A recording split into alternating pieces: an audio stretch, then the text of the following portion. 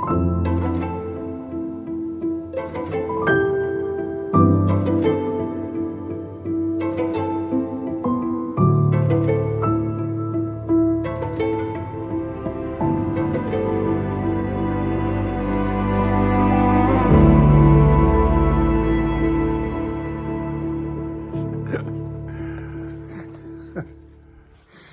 this is John Ortberg, and I'm with my good friend Rick Blackman, Dr. Rick.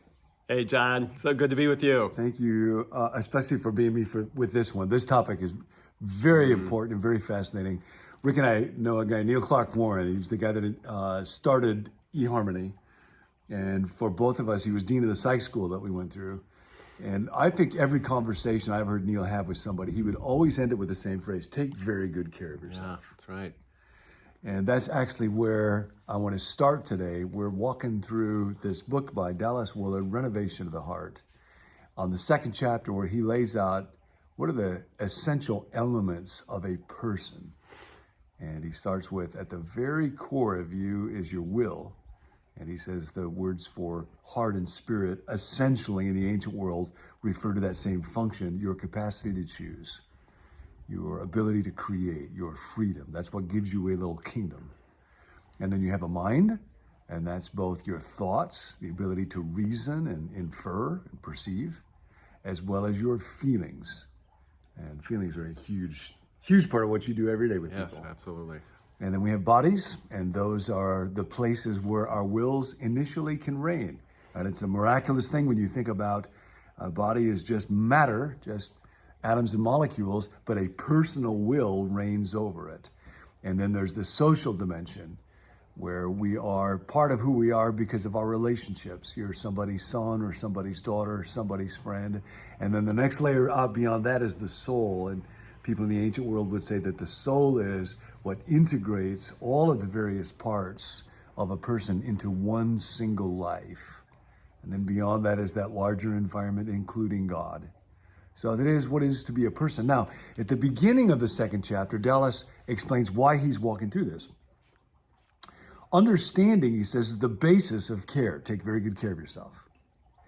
What you would take care of, you must first understand, whether it be a petunia or a nation. If you would care for your spiritual core, your heart or will, you must understand it. That is, you must understand your spirit. If you would form your heart in godliness or assist others in that process, you must understand what the heart is and what it does, and especially its place in the overall system of human life.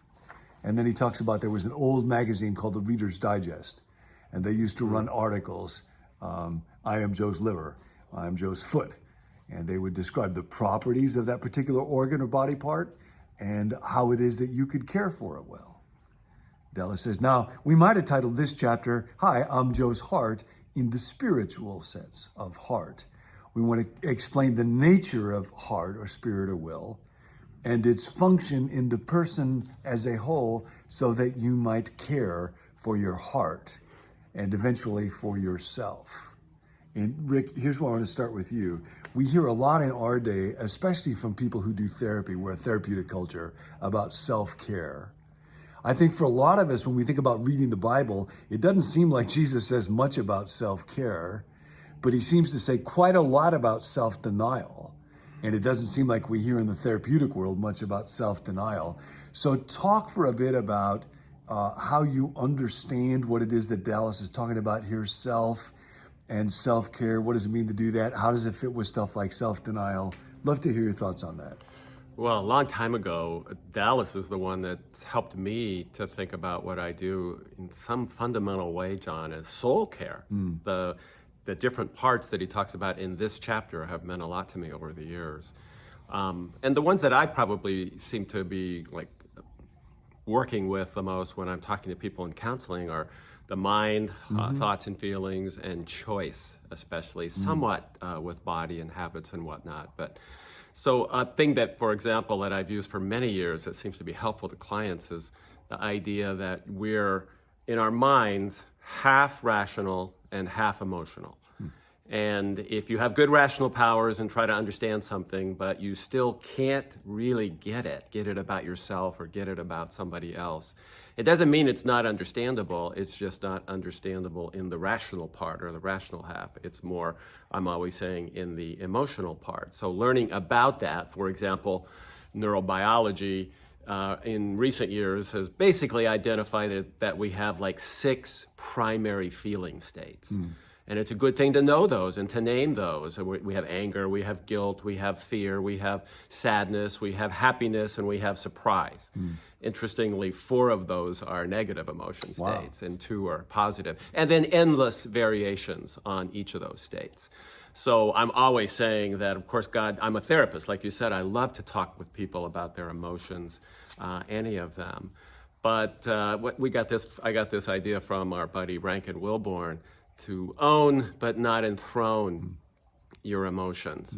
So to name them, and he gets that idea, Rankin does, from the Psalms, that the psalmist is always able to talk about, not suppress, not repress, but to name and express emotions. But by the middle of the psalm, generally speaking, he's moving it into a not enthroning place, but giving it to God.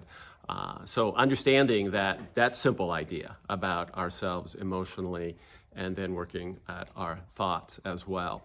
Another idea, just in listening to you read that opening, about the self and self-care. I've gotten to work, as you know, a lot over the years with burned out people, burned out pastors, burned out teachers, burned out people. And one of the things that I came up with another friend, Dave Ross, that you know, we came up with this idea years ago of a reservoir.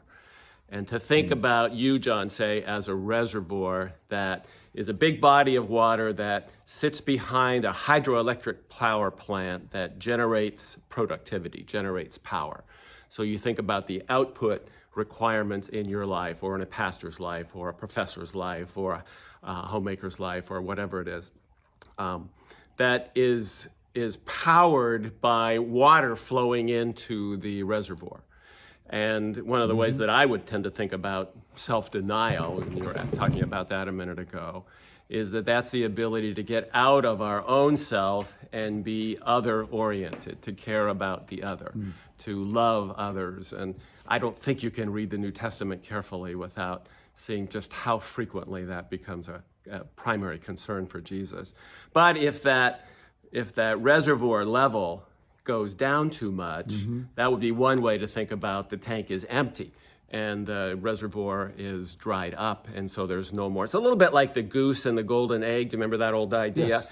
That if the goose lays these golden eggs, and then the guy wants to get inside the goose and he kills the goose, and then of course there's no more productivity. There's no more output. There's no more of the stuff that we need. As you work with people, do most people intuitively know how full their reservoir is? It strikes me that that's kind of that's a self-awareness piece that a lot of people may not have great clarity on. Oh, I think in some ways we can just be awful at that, John. Yeah. Sometimes in the interest, in fact, of being other-oriented. I'm probably a balance fanatic, so I think you can care so much about others and serving others that your own tank gets dry spiritually, and all those different parts. I mean, it's such brilliant stuff by Dallas here, where he's talking about the different parts of the self, understanding them, and I would say doing everything that we know how to do to strengthen our capacity to make good choices, to engage the will,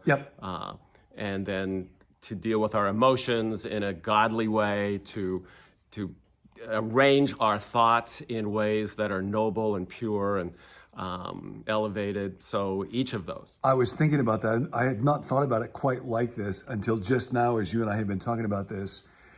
See what you think about this. I think Dallas talks about in order to care, you have to understand rightly, accurately. I think that perhaps self-denial, rightly understood, is self-care.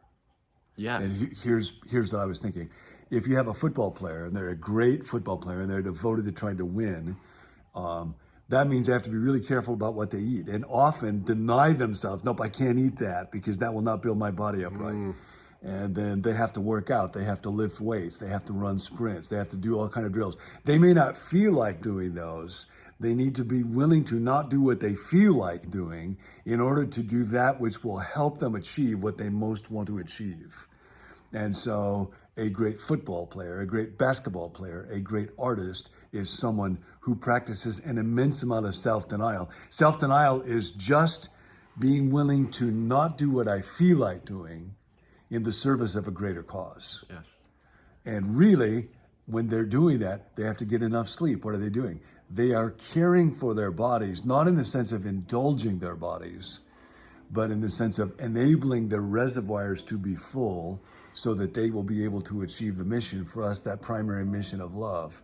So self-care, wrongly understood as self-indulgence. Or selfishness, yeah. So, Or selfishness. Self-indulgence, yeah, either way. Yeah, But self-care, exactly. rightly understood, will very often involve self-denial. That is, not doing what I feel like doing so that I can become the person that I want to become. And it will fuel us then for being able to do the things that generate love and service to others and that sort of thing. Yeah. That's exactly what. And he's just so brilliant. That's why, in some ways, I like the idea of soul care better than self-care for that reason, just because it kind of captures.